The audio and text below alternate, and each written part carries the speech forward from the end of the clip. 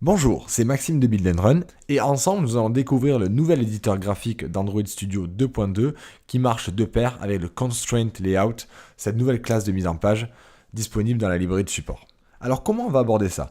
Eh bien j'ai créé un tout nouveau projet, un projet standard avec un API level minimum de 19. Dans ce projet de base, si vous avez laissé les réglages par défaut, vous aurez comme moi une activité principale qui s'appellera main activity et votre fichier activitymain.xml avec le layout de cette activité. Lorsqu'on affiche ce nouvel éditeur, on arrive donc sur notre page d'aperçu. Et habituellement, si vous êtes déjà un développeur d'Android Studio, vous devez avoir le même réflexe que moi qui consiste à aller cliquer directement sur texte. C'est-à-dire pour basculer sur le XML, puisque l'éditeur graphique, je le trouvais peu pratique à utiliser. Et donc j'ai toujours eu l'habitude de travailler en XML avec l'aperçu bien sûr sur le côté, qui permet quand même de voir ce qu'on fait sous forme de rendu, mais au niveau de l'édition, je l'ai toujours fait en XML. Maintenant, je vais revenir dans Design, puisque avec cette nouvelle version 2.2, ils l'ont refait complètement, et il a été conçu pour fonctionner de pair avec le Constraint Layout. Alors le Constraint Layout, ça va être un nouveau système de mise en page qui sera similaire justement à ce qu'on avait connu. On avait le Linear Layout, on avait le Frame Layout, le Relative Layout, il existait tout un tas de systèmes de mise en page. La plupart étaient basés sur le fait d'imbriquer les différents systèmes de layout les uns dans les autres. Eh bien, ils ont décidé de refaire complètement les choses avec le Constraint Layout qui sera basé sur des contraintes entre les éléments graphiques. Si vous avez déjà codé par exemple sous iOS, vous devez connaître Auto Layout, eh bien ça reste le même principe. Tous les éléments seront placés les uns par rapport aux autres ou alors par rapport à leurs parents. Concernant l'éditeur, qu'est-ce qui a changé? Alors déjà, vous avez le mode Blueprint qui apparaît. On peut voir un mode un peu plus simplifié, avec les informations minimales, et on verra aussi les contraintes qui apparaîtront dans ce mode-là. Si on veut voir les deux côte à côte, on peut cliquer ici pour afficher le design et le blueprint. Pour l'instant, ce blueprint ne nous apporte pas grand-chose puisqu'on n'a pas encore de contraintes dans cette vue. Puisque par défaut, le constraint layout n'est pas utilisé, il faut le faire soi-même. Alors, pour basculer en constraint layout, vous avez un assistant de migration. Vous allez cliquer sur la vue que vous voulez convertir avec le clic droit et choisir convertir, donc le relative layout, c'est ce qu'il y a pour l'instant, en constraint layout. Là, il y a deux options possibles. Il vous propose, dans le cas où vous n'aurez pas sélectionné l'élément racine mais un élément enfant, il vous propose de revenir jusqu'à la racine et de tout convertir pour avoir un seul layout de type constraint layout et non pas avoir les anciens layouts et puis à la fin uniquement un constraint layout. Donc ça, je vous conseille de le prendre, bien sûr. L'objectif étant de simplifier cette mise en page, d'avoir un seul layout avec juste des contraintes entre les différents éléments qui sont placés à l'intérieur. Ensuite, qu'est-ce qu'il me dit? Il me propose de ne pas transformer les fichiers qui sont référencés depuis une autre partie de votre code Android. Alors, ce n'est pas le cas ici puisque c'est un tout nouveau projet, mais si vous avez l'intention de migrer une de vos activités et que certains des éléments sont référencés non pas dans le XML mais dans le code Java, sous la forme de ressources, d'idées ou autres, imaginez que vous ayez utilisé une variable dans votre code Java qui fait référence à un des sous-layouts pour y faire des modifications dynamiquement. Eh bien, le problème, lorsqu'il va le supprimer, c'est que votre code Java ne fonctionnera plus. Donc, il vous propose, si vous le souhaitez, de ne pas transformer ces éléments qui sont utilisés ailleurs. Bien qu'il recommande, ça serait peut-être bien d'arriver à modifier votre code pour ne plus avoir à faire ça et d'essayer vraiment d'avoir un layout beaucoup plus léger en basculant tout vers le constraint layout. Donc l'idéal, ça serait de décocher ceci, mais il faut faire gaffe que votre code soit toujours fonctionnel après ça. Il me prévient qu'il va devoir ajouter la librairie Constraint Layout puisque ça fait partie de la librairie de support. Ce n'est pas intégré au SDK d'Android 7. Tant mieux parce que sinon on ne pourrait pas l'utiliser tant que la plupart des gens sont passés sur Android 7. On sait que ça peut durer un petit moment. Et donc il me propose de l'ajouter dans mon fichier Gradle. Je vais cliquer sur OK. Il va essayer de l'ajouter, il va synchroniser le fichier Gradle, voilà. Alors là, si comme moi vous avez un problème d'affichage, il dit qu'il n'arrive pas à trouver justement le constraint layout, l'idéal c'est peut-être d'aller vérifier déjà que votre projet, qu'il a bien réussi à ajouter la librairie. Donc on peut cliquer ici sur le nouveau gestionnaire de fichiers de compilation Gradle, le project structure, aller dans App, cliquer sur Dependencies et vérifier que vous avez bien le constraint layout qui est ici. Donc a priori, ça devrait marcher. Une fois que ça c'est fait, vous allez aussi forcer le rafraîchissement de Gradle pour être sûr qu'il ait bien synchronisé ses fichiers et récupérer tout ceci. Et là, vous voyez, miracle, ça remarche. Si ça ne marche toujours pas, vous pouvez rafraîchir le système de layout ou alors fermer l'éditeur et le réouvrir. Généralement, ça marche. En tout cas, pour ma part, sur 2 ou 3 essais différents, une fois, il a fallu que je ferme l'éditeur, que je le relance. Bon, l'idée étant qu'il doit connaître cette librairie qu'on a ajoutée après, et si l'éditeur avait déjà chargé ses dépendances, il ne va pas forcément le récupérer, donc il faut trouver un moyen de forcer cet éditeur à aller trouver la classe en question. Une fois que c'est fait, on se retrouve avec quelque chose de légèrement différent. Vous voyez, on a notre vue, et cette fois-ci, on a des petites flèches qui apparaissent ici, puisqu'il a remplacé notre relative layout par un constraint layout. On peut le voir en XML si on le souhaite. Vous voyez, on a un constraint layout qui fait partie de la librairie de support, qui remplace le relative layout qu'on avait jusqu'à présent. Et avec ce système-là, vous allez voir que chaque vue va avoir des contraintes de placement par rapport soit aux parents, soit par rapport aux autres vues. Les règles sont relativement simples. Vous devez avoir au minimum 2 contraintes. Donc une contrainte horizontale et une contrainte verticale qui va permettre finalement à chaque fois à l'élément de se placer.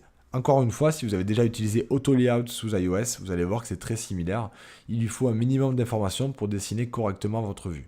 Si vous ne lui donnez pas d'informations suffisantes, il va les mettre à 0, 0 en termes de coordonnées. C'est-à-dire que s'il n'a pas de positionnement vertical, il le mettra tout en haut. S'il n'a pas de positionnement horizontal, il le mettra tout à gauche. Donc là, ils ont placé par défaut ces deux éléments-là. Alors nous, ce qu'on va faire, on va ajouter un nouvel élément, donc un bouton. Parce que je vais basculer sur le mode blueprint uniquement, je trouve que c'est plus agréable à utiliser. Et ensuite, rien ne nous empêche de voir de temps en temps le rendu. J'aime bien ce mode de blueprint, on va pouvoir zoomer un petit peu, on sera plus à l'aise. Et je vais faire glisser un élément. Alors avant de le faire glisser, j'aimerais vous parler du AutoConnect, c'est celui qui est ici. C'est une option qui va vous permettre de lui demander d'essayer de deviner les contraintes au moment où vous le faites glisser. Sinon, quand vous allez le faire glisser, il va vous le mettre sans aucune contrainte, ça sera à vous après à les faire. Alors c'est comme vous voulez, vous pouvez faire soit l'un, soit l'autre. Donc on peut les afficher, les contraintes, moi j'aime bien les afficher déjà en cliquant sur l'œil. Et je vais activer AutoConnect, on va voir ensemble s'il marche bien. Je vais le faire glisser, et je vais le placer par exemple ici. Donc vous voyez qu'il est en train, avec des petites barres de chargement, de me créer automatiquement les contraintes qui correspondent à ce que je viens de lui donner. Alors des fois, il se peut qu'il marche un peu moins bien, mais dans l'ensemble, c'est plutôt pas mal. Et puis vous avez les contraintes qui sont créées, vous voyez celle du haut et celle de gauche. Vous pouvez, si vous souhaitez, les supprimer. Alors là, vous voyez, en la supprimant automatiquement, mais il s'est collé tout en haut. Donc on peut la recréer. Je vais cliquer ici sur mon bouton pour recréer. Et soit je m'attache par exemple au haut de ma vue, soit je vais essayer d'aller me mettre en bas du label texte.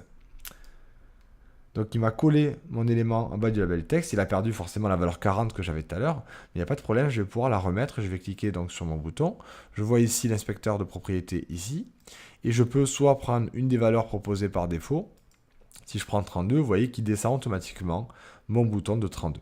Donc j'ai placé une contrainte à gauche et une contrainte verticale vers le haut. Si je ne souhaite pas avoir 16, mais je souhaiterais aligner cet élément par rapport à l'élément qui est ici, je vais supprimer cette contrainte en cliquant dessus. Voilà, vous voyez qu'il me l'a collé du coup sur la gauche.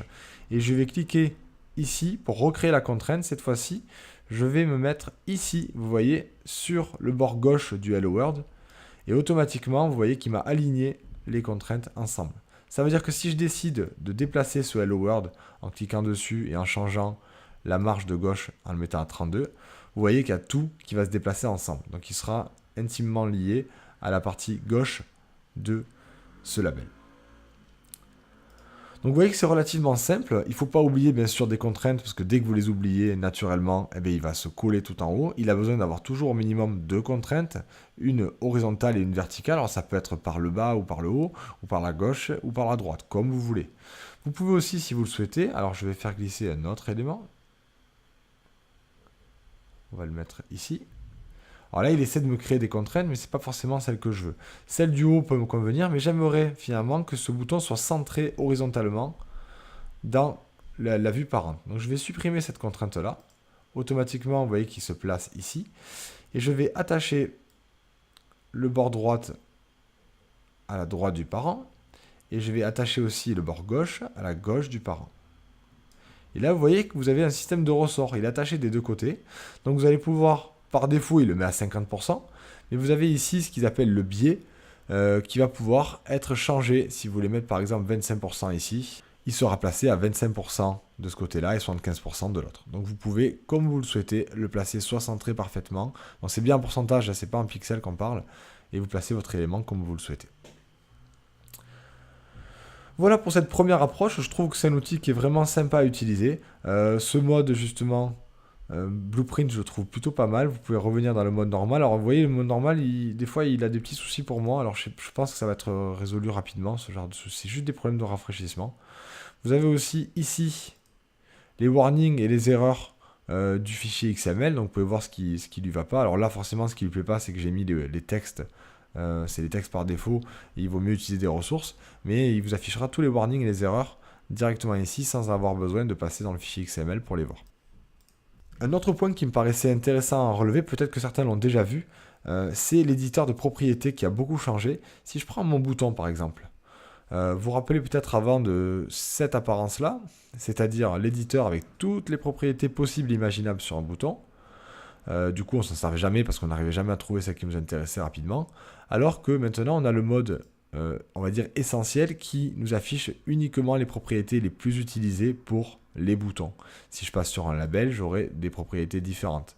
Et donc, ça permet très rapidement de faire l'édition. Si on souhaite, on peut aller voir dans le détail en cliquant ici. Donc, on a les réglages de positionnement et de contraintes ici et les réglages les plus courants qu'on peut avoir pour nos éléments.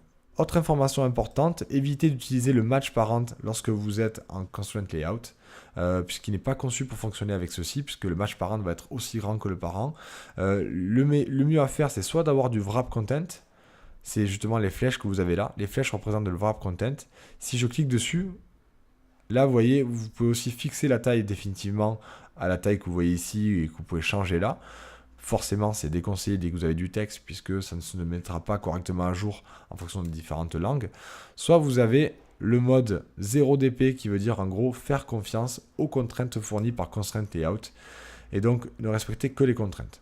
Voilà pour cette première présentation de notre éditeur d'interface graphique d'Android Studio 2.2 et surtout le Constraint Layout qui change un petit peu la donne dans la conception d'interface graphique sur Android. À vous maintenant de créer de superbes interfaces graphiques.